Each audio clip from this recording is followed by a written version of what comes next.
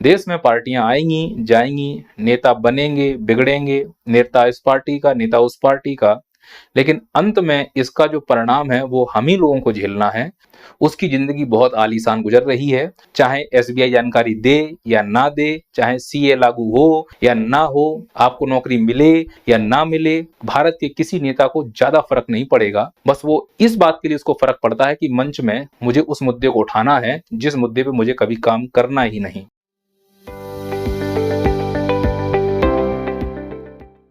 आखिरकार supreme court के आदेश का पालन करते हुए एसबीआई ने इलेक्टोरल बॉन्ड की जानकारी दे ही दी, पर यह जानकारी दो अलग अलग बॉक्सों में है। एक बॉक्स में यह जानकारी है कि चंदा किसने दिया, और दूसरे बॉक्स में यह जानकारी है कि उस चंदे का प्रयोग किस पॉलिटिकल पार्टी ने किया।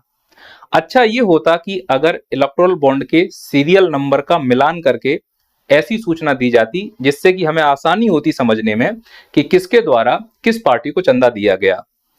एसबीआई ने जो जानकारी दी वो आधी अधूरी जानकारी है, इसीलिए एसबीआई के अधिकारियों को कई लोग गंजेड़ी बोल रहे हैं कि ऐसे काम तो सिर्फ गंजेड़ी ही करते हैं।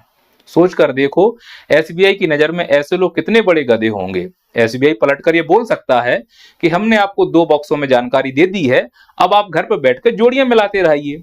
बचपन में स्कूल की कॉपी में जोड़ियां मिलाते थे, फिर कॉलेज में जोड़ियां मिलाई होंगी, आजकल तो भारत में राजनीतिक पार्टियों में भी जोड़ियां मिलानी पड़ रही हैं। समझ में नहीं आता है कौन सा नेता किस पार्टी का है। ये भी भारत का एक अच्छा टाइम पास है, जोड़ियां मिलाइए, क्योंकि पता नहीं आज राजनेता इस पार्टी में है, हो सकता है वो कल राजनेता उस पार्टी में हो।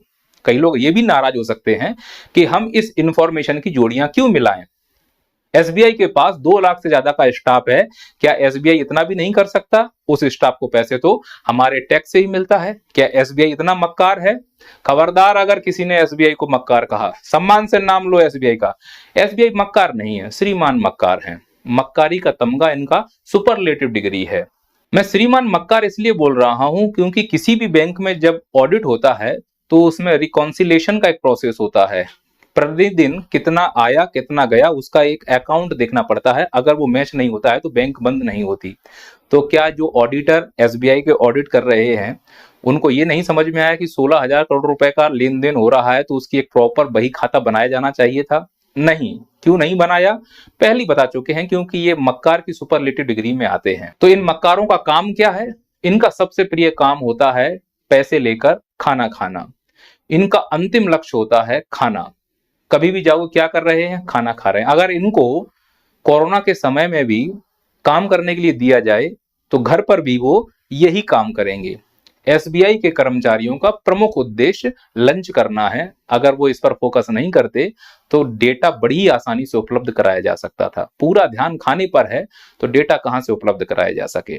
कई लोग तो ये भी आरोप लगा रहे हैं कि सुप्रीम कोर्ट ने गिरबान तो पकड़ लिया था एसबीआई का, लेकिन जिस कमरे में उसको खड़ा होकर सजा सुनाई जा रही थी उस कमरे में एक छोटी सी खिड़की खोल दी गई तो उससे कूद कर ये एसबीआई भाग गया। ऐसा लग रहा है कि दिन दहाड़े कोई आंख मिचोली खेल रहा है। और जैसे ही एसबीआई के ऊपर धप्पा पड़ता है तो एसबीआई बोलता है हम तो कच्ची लोई हैं। कच्ची लोई का मतलब आटे की लोई जिससे आप रोटी खाते हैं। कच्ची लोई का मतलब होता है कि यदि आपके ऊपर धप्पा हो जाए तो आपको दांव नहीं देना पड़ता है, क्योंकि आपके ऊपर एक संरक्षण बना हुआ है। आप दांव इसलिए नहीं देंगे क्योंकि आप कच्ची लोई हैं। आप मेरी बात समझ रहे होंगे इस बात को लेकर। उस ऑडिटर की कितनी बड़ी फजीयत हो रही होगी जिसको इतनी बड़ी जिम्मेदारी दी गई है बैंक की और वो जानकारी नहीं निकाल पा रहा है। दिन दहाड़े धप्पा होने के बाद भी ये गर्व से दिन दहाड़े निकल रहे हैं और इन्हें किसी भी प्रकार की कोई शर्म नहीं आ रही है। ये तो स्पष्ट बोल रहे हैं हमने आपको आंकड़ा दे दिया है, इस देश में बिल्डिंग का काम बहुत अच्छा होता है, उस बिल्डिंग का प्रयोग करते हुए सभी आंकड़ों को जोड़ लें और जहां लगे वहां उन आंकड़ों का प्रयोग कर लें।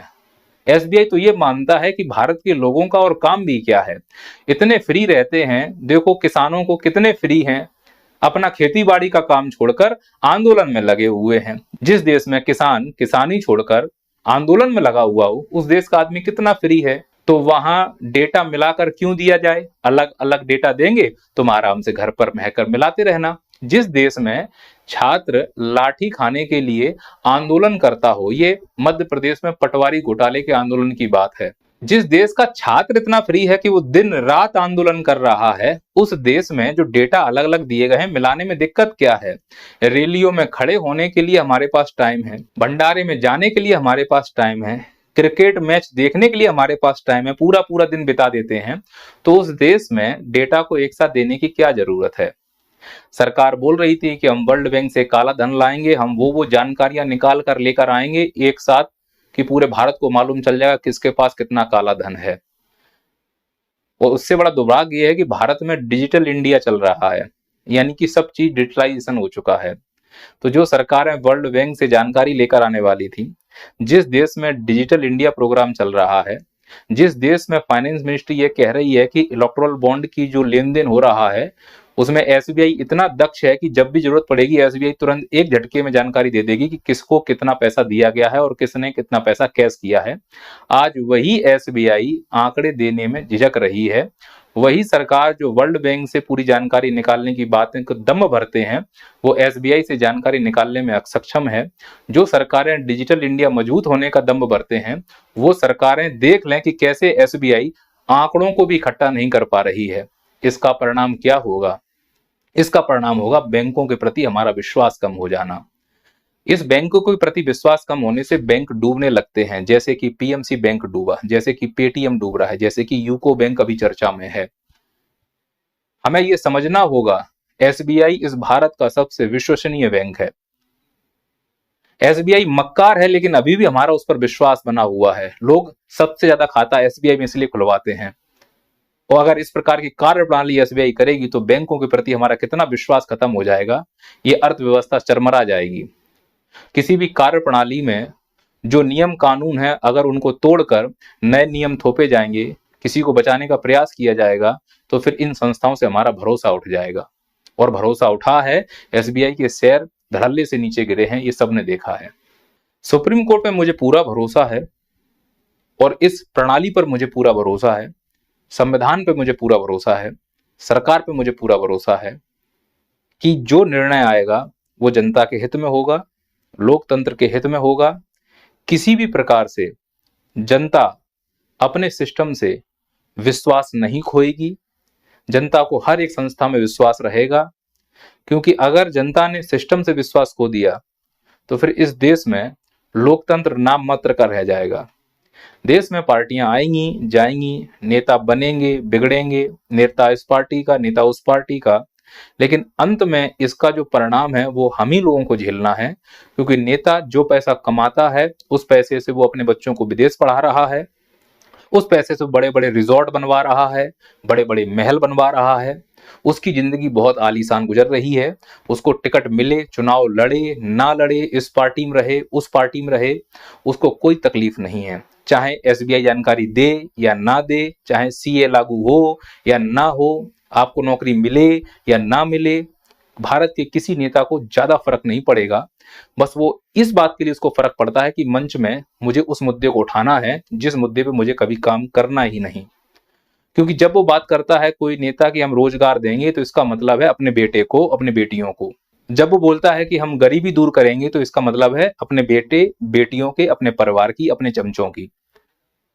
जब वो बोलता है कि हम आधारभूत संरचना मजबूत करेंगे, तो इसका मतलब वो रिजॉर्ट बनवाएगा, खुद की बिल्डिंगें बनवाएगा, खुद के महल बनवाएगा, खुद के नाम पर 100-100 बीघा खेती खरीदेगा। इनकी बड़ी बड़ी कोठियां होती हैं। आजकल के जो छर्रे चुनाव लड़ते हैं, पार्षद बनते ही कोठियां आ जाती हैं। कहां से? मध्य प्रदेश के एक मंत्री के लड़के ने रिजॉर्ट बनवाया है, उस पर जीएसटी का छापा बना हुआ है। इतना बड़ा रिजॉर्ट कहां से आया? क्या मंत्रियों की इतनी तनख्वाह होती है क्या? अगर ये सवाल हम नहीं पूछेंगे तो इसी प्रकार से हमको कुड़ाया जाएगा, इसी प्रकार से लोकतंत्र का मजाक बनाया जाएगा। हमको अपना हित साधना है। आप भारत की अर्थव्यवस्था में इंटरेस्ट मत लो, तुम अपनी अर्थव्यवस्था में इंटरेस्ट लो। तुम ये मत देखो कि भारत का जीडीपी कितना बढ़ा, तुम ये देखो तुम्हारा जीडीपी कितना बढ़ा। तुम ये मत देखो कि फलाना कितना बजट आया, तुम देखो तुम्हारा बजट कितना है। क्या तुम्हारा बजट इतना है कि तुम अपने घर का खर्च चला पा रहे हो? तुम ये मत देखो भारत के ऊपर कितना कर्ज है, तुम बताओ तुम्हारे ऊपर कितना कर्ज है। तुम ये मत देखो भारत की क्या क्या जिम्मेदारियां हैं, तुम बताओ तुम्हारी क्या क्या जिम्मेदारियां हैं। तो अगर तुम्हारे ऊपर कर्ज है, अगर तुम बेरोजगार हो, अगर तुम गरीब हो, तुम्हें माँ बाप की सेवा करनी है, तुम्हें अपना भविष्य बनाना है, तो फिर इसके लिए मांग करना सीखो। अगर तुम्हें अपनी अर्थव्यवस्था अच्छी करनी है तो मंदिर मस्जिद के चक्कर लगाना छोड़ो, नेताओं के तलवे चाटना छोड़ो, अपनी आवाज को बुलंद करना सीखो, सही को सही बोलना सीखो, गलत को गलत बोलना सीखो। आदर्श मानो नेता ही हैं जो नीति निर्माण करते हमारा देश आगे जाता है, पर उनका चयन हम करते हैं। तो ये हमारी रिस्पॉन्सिबिलिटी है कि हम किस प्रकार के नेताओं को संसद में या नीति भवन में भेजते हैं जिससे वो नीतियों का निर्माण करें। बलात्कारी, अपराधी, ऐसी प्रवृत्तियों के लोगों को हम भेज रहे हैं तो वो उसी प्रवृत्ति के लोग वैसा ही कानून बनाएंगे जो उनके हिसाब से और ऐसा हो रहा है। इसीलिए लोकतंत्र को मजबूत करना है तो सच का साथ दो, और सच का साथ देना है तो नैया पार को फॉलो करो, नैया पार को सपोर्ट करो। आप जैसे भी नैया पार को सपोर्ट कर सकते हैं वैसे नैया पार को सपोर्ट करें। और कोई अगर सलाह मशवरा हो कमेंट कीजिए, कोई शिकायत है तो कमेंट कीजिए। हम आपके सभी शिकायतों को सराखों पर रखेंगे, उसमें सुधार करने का हर संभव प्रयास करेंगे। सलाह होगी उसको मानेंगे। यदि आप और किसी अन्य मुद्दों पर वीडियो चाहते हैं तो वो भी बताइए, हम बनाएंगे। जय हिंद, जय भारत।